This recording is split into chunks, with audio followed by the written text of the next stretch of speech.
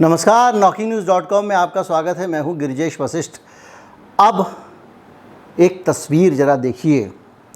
हर तस्वीर के कई पहलू होते हैं और एक तस्वीर जो निकल के आई है, जो आज सामने आ रही है, वो बहुत सारे संकेत करती है। उसके कई सारे डायमेंशन हैं।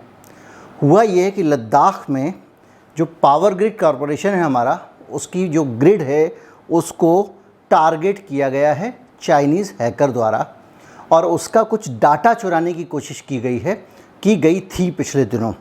और ये जानकारी भारत सरकार को मिली है और इस जानकारी के मुताबिक कुछ महीने पहले लद्दाख के पास पावर ग्रिड को निशाना बनाया गया था और इसका मकसद था ज़रूरी जानकारियां चुरा लेना। लद्दाख सीमा पर आपको पता है विवाद चल रहा है। अमेरिका के मैसाचुसेट्स में एक संस्था है, निजी इंटेलिजेंस एजेंसी है और उसका नाम है रिकॉर्डेड फ्यूचर ने ये रिपोर्ट पब्लिश की है कि चीन ने भारत के बिजली घर को, जो पावर ग्रिड है जहाँ से बिजली का डिस्ट्रीब्यूशन होता है, उसका डाटा चुराने की कोशिश की है। और ये जानकारी जब आपके सामने आती है तो आपको सीधा सीधा लगता है चीन ने बहुत गलत किया, चीन को ऐसा नहीं करना चाहिए था।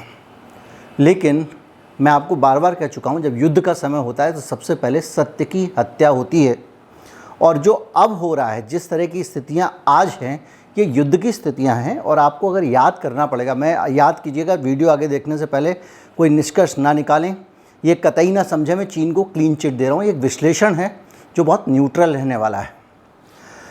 तो ये सूचना जो है, युद्ध के समय सबसे पहले सत्य की हत्या होती है। और हाल ही में आपको याद होगा, 15 दिन पहले ही अमेरिका ने हमको एक चेतावनी दी थी कि भाई साहब, चीन के साथ पंगा होगा तो रूस बचाने नहीं आएगा, हम ही बचाने आएंगे। इसलिए आपको यूक्रेन वॉर में रूस का विरोध करना चाहिए। हमारे यूरोपियन यूनियन के देश पेट्रोल खरीदें, कोई बात नहीं, आप मत खरीदो रूस से। ये सब बातें जो भी है, इस मसले का पूरा विश्लेषण करेंगे और आपको ये भी बताएंगे कि इसमें भारत सरकार की क्या गलती है, वो कौन से कारण हैं जिनके कारण भारत के बिजली घर हमेशा खतरे में हैं और कभी भी हमारे बिजली घर चीन के निशाने पे आ सकते हैं, उनके जो हैकर्स हैं उनके निशाने पर आ सकते हैं। क्या स्टोरी है, क्या चीज़ें हैं और कौन से फैक्टर्स हैं, इस रिपोर्ट में क्या, इस पर बात करेंगे। चैनल को सब्सक्राइब कर लीजिए। अगर आप हमारे चैनल को सपोर्ट करना चाहते हैं तो हमारा UPI ID डिस्क्रिप्शन में है, उसके ज़रिए आप भुगतान कर सकते हैं। एक बार कोड भी आपको अनेक स्थानों पर दिखाई देगा, उसके ज़रिए भी आप हमको भुगतान कर सकते हैं। कहीं मत जाइए, चैनल को सब्सक्राइब कर लीजिए। मैं अभी हाजिर हुआ।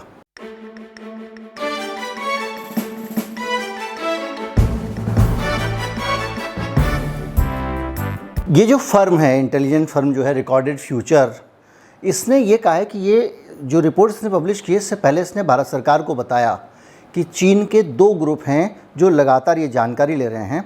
और स्टेट लोड डिस्पैच सेंटर होता है SLDCs। तो SLDCs जो होते हैं, वहाँ के ज़रिए बिजली की सप्लाई को रेगुलेट किया जाता है। कहाँ बिजली कितनी भेजनी है, कहाँ नहीं भेजनी है, कहाँ की डिमांड ज़्यादा है, कहाँ की डिमांड कम है। ये एक इंटेलिजेंट सिस्टम होता है जो अपने आप काम करता है। मान लीजिए आपके इलाके में बहुत ज़्यादा बिजली का कंजम्पशन हो रहा है तो जल्दी से वो आपको बिजली सप्लाई कर देंगे, क्योंकि अगर आप इसी तरह से, और इससे फ्रीक्वेंसी बिजली की ऊपर नीचे होती रहती है अगर उन्होंने ये मैनेजमेंट नहीं किया तो। ग्रिड का काम ही यही है। और ये 7 ऐसे डिस्पैच सेंटर थे जिनको निशाना बनाया गया था और ये सेंटर भारत चीन सीमा के पास रियल टाइम पावर डिस्ट्रीब्यूशन का काम करते हैं। जैसा मैंने बताया आपको थोड़ा सा समझा देता हूँ कि ग्रिड का मैनेजमेंट क्या होता है, ग्रिड किस लिए होती है। देखिए, जब आप बिजली बनाते हैं कोयले से बिजली, तो लगातार पानी की भाप बन रही होती है और उस भाप से टरबाइन चलते हैं और उस टरबाइन के ज़रिए बिजली लगातार बन रही होती है। उस वक़्त में आप बिजली कम कर दें या कंजम्पशन ज़्यादा कर दें, बिजली घर उतनी ही बिजली बना रहा है। और आप अचानक सारे लोग अगर बिजली चलाना बंद कर दें, आपको लगा भाई मौसम ठीक हो गया है, हम AC भी नहीं चलाएंगे और हम हीटर भी नहीं चलाएंगे और पंखा भी नहीं चलाएंगे, हम लाइट भी नहीं चलाएंगे, तो जो एकदम तेज़ी से आपका बिजली का खर्चा नीचे आया तो क्या होगा। बिजली घर तो उतनी बिजली बना रहा है और बिजली को कहीं बाल्टी मटके में भर के नहीं रखा जा सकता। वो उस वक़्त में आपको रियल टाइम कंज्यूम करनी पड़ती है, उधर बनती रहती है, इधर उसको खपत करनी पड़ती है। ये थर्मल पावर सिस्टम का एक ड्रॉबैक है, बुराई है, जो भी मान लीजिए। अब पता चला कि शहर में कंजम्पशन कम हो गया तो क्या करें।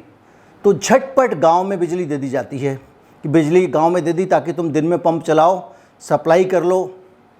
क्योंकि अगर आपने ये रियल टाइम बिजली का मैनेजमेंट नहीं रखा, एक स्टेट में गर्मी ज़्यादा है, दूसरे में गर्मी कम है, तो वहाँ की बिजली वहाँ दे दी, वहाँ की वहाँ दे दी, तो अगर ये आपने ठीक नहीं रखा तो उससे होता क्या है कि आपका बिजली घर जो है वो उत्पादन उसका कम या ज़्यादा नहीं कर सकते, आपको सीधे टरबाइन बंद करनी पड़ेगी।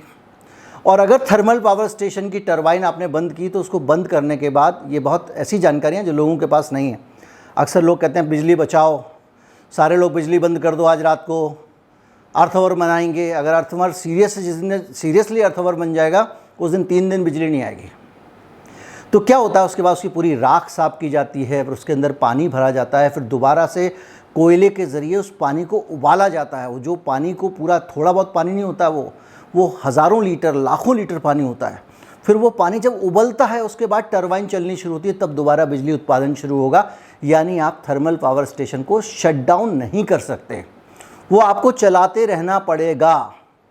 और उसमें जहाँ बिजली की खपत ज़्यादा है, जहाँ बिजली की खपत कम है, उसके बीच में आपको एक मैनेजमेंट करना पड़ता है कि इधर बिजली अभी दे दो, ज़्यादा दे दो। अभी सरकार ने तो ऑक्शन का सिस्टम भी कर दिया कि बोली लगाओ, जब बिजली कम होगी और ज़रूरत ज़्यादा होगी तो बोली लगा के महंगी महंगी बिजली दी जाएगी। अरविंद केजरीवाल का जो फार्मूला है, इस पर मैं कभी बात करूँगा, वो इसी महंगी बिजली से बचने का फार्मूला है, जिसमें मुफ्त बिजली दे रहे हैं। वो उनका वो अलग मैनेजमेंट है। बहरहाल, तो इस तरह की जो ग्रिड होती है, जो बिजली यहाँ से वहाँ भेजने का काम करती रहती है डिमांड सप्लाई के बेसिस पे, उस ग्रिड का डाटा लेने की कोशिश की गई थी, ये कहा गया है इसमें। और इनका कहना ये है कि रेड इको नाम का एक ग्रुप था, उसने पहले हैकिंग करने की कोशिश की, जब उससे नहीं हुआ तो उसने रेड टैग 38 नाम का एक ग्रुप था, उसको ये काम दे दिया। और ये कह रहा है कि लंबे समय से भारत में चीन के एजेंट, कौन, हैकर्स, हमारे थर्मल पावर स्टेशन को चुराने में एक्टिव हैं। एक आशंका ये है कि हम जो है वो चीन के साथ में, हो सकता है कि चीन हमारे साथ बदमाशी कर रहा हो, जिसकी बिल्कुल गुंजाइश से इनकार नहीं किया जा सकता। और इससे भी इनकार नहीं किया जा सकता कि ये वो जो समय चल रहा है युद्ध वाला, इसमें हो सकता है कि चीन का डर हमको इसलिए दिखाया जाए ताकि हम डर के मारे अमेरिका के कहे में आ जाएं और रूस से दूरी बना लें। ये बहुत स्वाभाविक सी बात है जिसकी बहुत ज़्यादा गुंजाइश है। और इसी बीच में ये संस्था ऐसी भी है जो पहले भी हमको चीन के खिलाफ आगाह करती रही है। इसने हमको बताया 12 अक्टूबर 2020 में जो 12 घंटे का मुंबई में ब्लैकडाउन हुआ था, तो इसने बताया कि वो जो 12 घंटे का ब्लैकडाउन हुआ था वो भी इन्हीं हैकर्स की वजह से हुआ था, इनका कहना ये है। और ये चूँकि पहले एक सही भविष्यवाणी कर चुकी है, इसलिए इस संस्था के ऊपर आपको, ये जो कंपनी है, इस पर आपको भरोसा भी हो जाता है। अब आते हैं इस पर कि मैंने आपको बताया कि इसके लिए भारत की कमी क्या है, हम अपना घर कैसे ठीक करें, हम कैसे चाइनीज़ हैकर से खुद को और अपने समाज को, अपने देश को सुरक्षित रखें, ये बड़ा मसला है। हम अचानक ये तो नहीं कह सकते कि नहीं, देखिए हमको क्या करना पड़ेगा, अपने आप को सुरक्षित रखना पड़ेगा। तो हमको सुरक्षित रखने के लिए क्या करना पड़ता है, तो हमारे पास एक कंप्यूटर इमरजेंसी रिस्पांस टीम है, CERT.in जिसका नाम है। वो अलर्ट मिलने के बाद ऐसा करती रहती है। और इसीलिए पहले जब आंध्र प्रदेश में एक साथ 40 सब स्टेशंस को इन हैकर्स से निशाना बनाया था, तो इस सिस्टम ने काम किया था। अब बड़ा मसला ये आता है कि इस हैकर्स आसानी से इस निशाना भारत के सिस्टम को बना कैसे ले रहे हैं। ये कोई दाल भात है या खा ली जाए, तो इसके पीछे एक वजह है। वजह यह है कि हमारे देश का जो पूरा का पूरा थर्मल पावर स्ट्रक्चर है वो चाइना के बगैर बेकार है।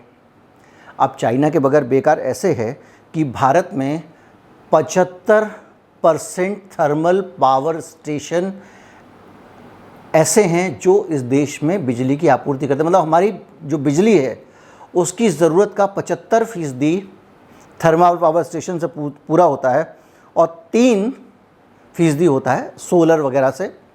तो आप डिपेंडेंट थर्मल पावर पर बहुत ज़्यादा हैं। और अब हो ये रहा है कि भारत में एक प्राइवेटाइजेशन की बहार आई है, वही पूंजीवाद, और उसके तहत बड़ी संख्या में प्राइवेट कंपनियां पावर स्टेशन लगा रही हैं।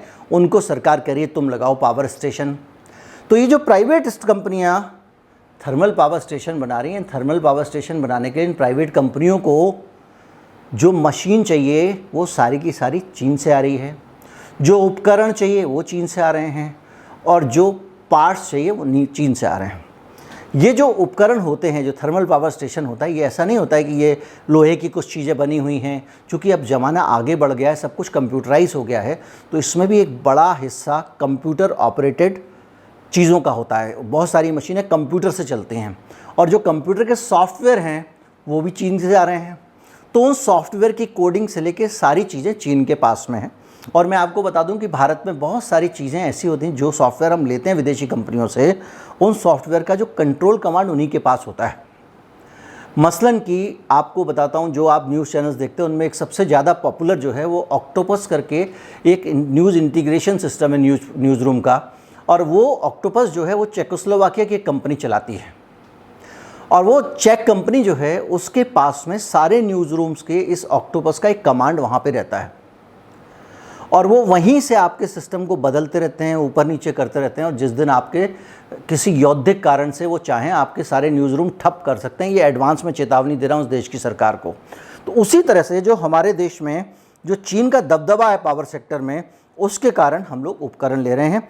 भारत में अब अभी इस वक्त 40 से ज़्यादा बिजली घर पर काम चल रहा है और आने वाले समय में 73 प्लांट लगने वाले हैं, अलग अलग अडानी वडानी कंपनियों के, जो सीधे सीधे चीन के प्लांट हैं। और चीन हमारे प्लांट्स को फंड भी कर रहा है, बहुत सारे पैसे भी दे रहा है इन प्लांट्स के लिए। तो जो हमारा पावर सेक्टर है, पूरा का पूरा पावर सेक्टर, वो चीन के भरोसे है और उसमें चीन का दखल है।